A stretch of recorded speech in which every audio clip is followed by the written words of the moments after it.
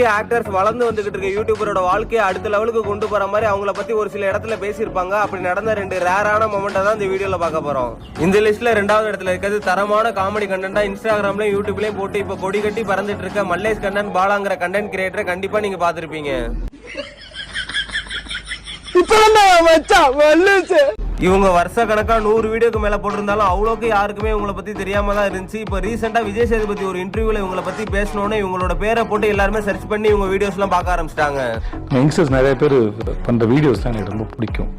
மல்லேஷ் கண்ணன் ஒரு பையன் பண்ணுவோம், அவங்கள அந்த லைஃப்ல இருந்து எடுத்து பண்ணுவாங்க. இந்த லிஸ்ட்ல நம்பர் 1ல இருக்கிறது மியூசிக் கம்போஸ் பண்றப்போ நடக்கக்கூடிய ஃபன்னான விஷயம் எல்லாம் எடுத்து கண்டென்ட்டா மேக் பண்ணி வீடியோஸ் போட்டு எல்லாத்தையுமே சிரிக்க வைக்கிற விக்கல்ஸ்ங்கிற யூடியூப் சேனல்ல கண்டிப்பா நீங்க பாத்துருக்க வாய்ப்பு இருக்கு.